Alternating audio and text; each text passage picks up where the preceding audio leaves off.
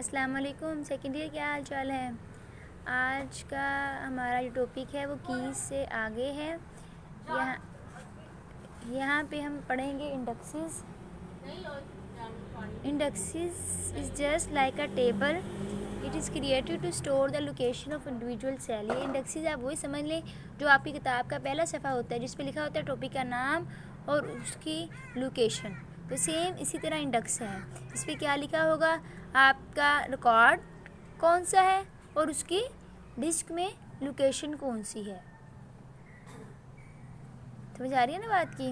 Indexes हम किस पे क्रिएट कर सकते हैं, कौन सी की पे क्रिएट कर सकते हैं? प्राइमरी की पे क्रिएट कर सकते हैं, चाहे तो फॉरेन की पे कर लें, चाहे तो सेकेंडरी की पे कर लें। और इसका पर्पस भी यही होता है कि हम डाटा को मोर क्विकली, मोर फास्ट तरीके से असेस कर सकें। एक्चुअली सर्चिंग को इन्हेंस करना है, रिट्राइविंग प्रोसेस को इंक्रीज़ करना है। रिट्राइविंग का मतलब क्या होता है? रिकॉर्ड तक रसाई। इंडेक्सेस कौन क्रिएट करता है? सिस्टम डेवलपर या डीबीए क्रिएट करता है। Indexes are created automatically when relationship is created between tables.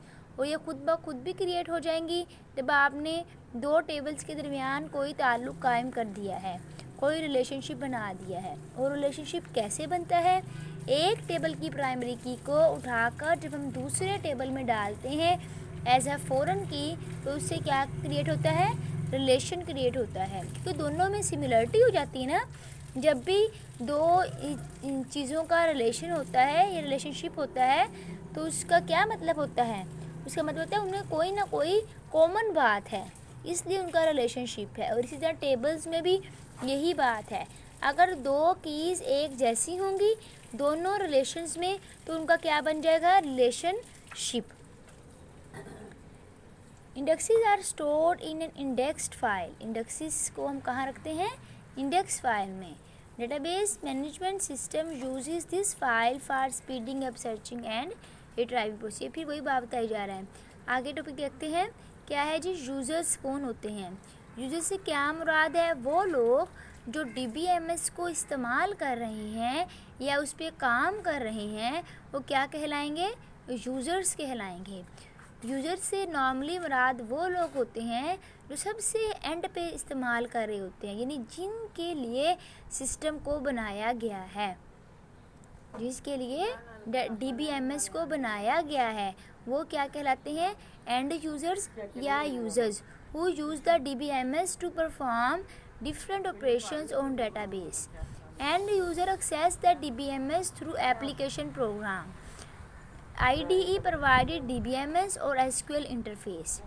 End user के पास कंप्लीट नॉलेज नहीं होता कंप्यूटर का, उन्हें सिर्फ सॉफ्टवेयर इंस्टॉल करना और ऑपरेटिंग सिस्टम को इस्तेमाल करना आता है। हाँ जी, आगे आपके पास डेटाबेस डाटा एडमिनिस्ट्रेटर है। डाटा एडमिनिस्ट्रेटर से मुराद कौन लोग हैं? जो इंटायर डाटा रिसोर्स को ऑर्गेनाइज करते हैं, वो डेवलप करते हैं functional requirement of database being used in the organization. उसके अलावा उनका मेन काम क्या होता है कि क्या डाटा स्टोर करना है डेटाबेस में।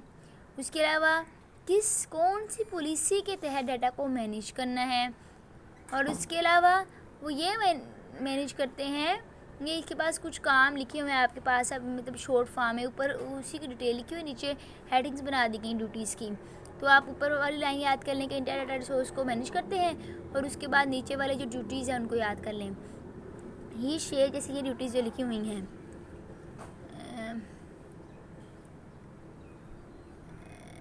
ये जो ड्यूटीज़ हैं आप इनको कर लें। और ऊपर वाली जो लाइन है person who is responsible for data resource of an entire organization, उसके बाद ये जो तमाम ड्यूटीज़ हैं इनको आप कर लेंगे। इसमें क्या है? Shares developing logical design for each database, establishes data standards, he supervises data distribution within the organisation, he also participate in developing data dictionary और he conduct user training when needed. और उसके अलावा अगर आप बात करें data base administrator की, ये कौन होता है? ये रिस्पॉन्सिबल है for designing, coordinating and maintaining coordinating monitoring database. इसका मेन काम यही है, वो डिज़ाइन करता है, चीज़ों के दरमियान ताल्लुक़ कायम करता है और मॉनिटर करता है डेटाबेस को, ठीक है ना। उसकी इम्पोर्टेंट स्किल्स में क्या है, टेक्निकल स्किल्स हैं, मैनेजमेंट स्किल्स हैं, उसके बाद मैनेजमेंट स्किल्स होती हैं, टेक्निकल स्किल्स होती हैं, एक्सपर्ट होता है कि क्या करने में, इंस्टॉल करने में एंड ऑपरेट करने में complex hardware to handle hardware problem. ये सारी थ्योरी है, इसमें कोई भी टेक्निकल बात नहीं है, इसलिए इसे ज़्यादा एलेबोरेट करने की ज़रूरत भी नहीं है। जो आपने पिछला कीज़ का टॉपिक पढ़ा है वो बहुत ज़्यादा इंपॉर्टेंट था, इसलिए मैंने ख़ास से 2 दिन में आपको करवाया है। हाँ जी, आगे आपके पास ड्यूटीज़ में आता है इंस्टॉलिंग मैनेजिंग DBMS। वही जो ऊपर आप पढ़ के आए उसको आपने, इसीलिए मैं कहती हूँ ऊपर वाली ये यहाँ तक कर लें आप। Database administrator play very important role in DBMS environment. DBA is responsible for designing, coordinating and monitoring database system. DBA is an IT professional. यहाँ तक करेंगे इसको, और इसके बाद नीचे वाली ड्यूटीज़ हैं इनको आप कर लेंगे, जिसमें आता है installing managing DBMS, designing structure, maintenance of operational system, providing training to users, coordinating and monitoring DBMS, allocating user name and password to each user. इसका क्या मतलब है, हर यूज़र जिसने DBMS को इस्तेमाल करना है उसको उसने पासवर्ड देने हैं और उसके लॉगिन ID देना है, और उसके बाद बैकअप क्रिएट करना है। हाँ जी, तो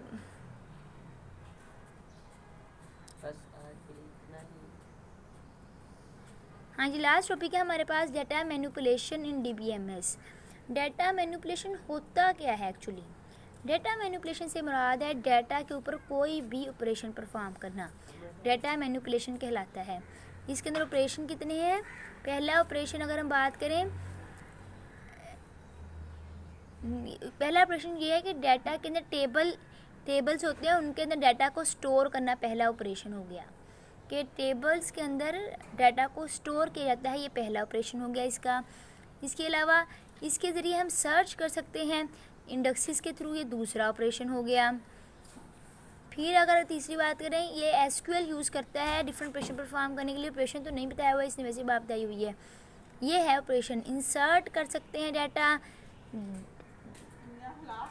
मॉडिफाई कर सकते हैं, रिट्राइव कर सकते हैं और डिलीट कर सकते हैं। ये 4 जो हैं ये मेन ऑपरेशन हैं किसके, डाटा मैनिपुलेशन में।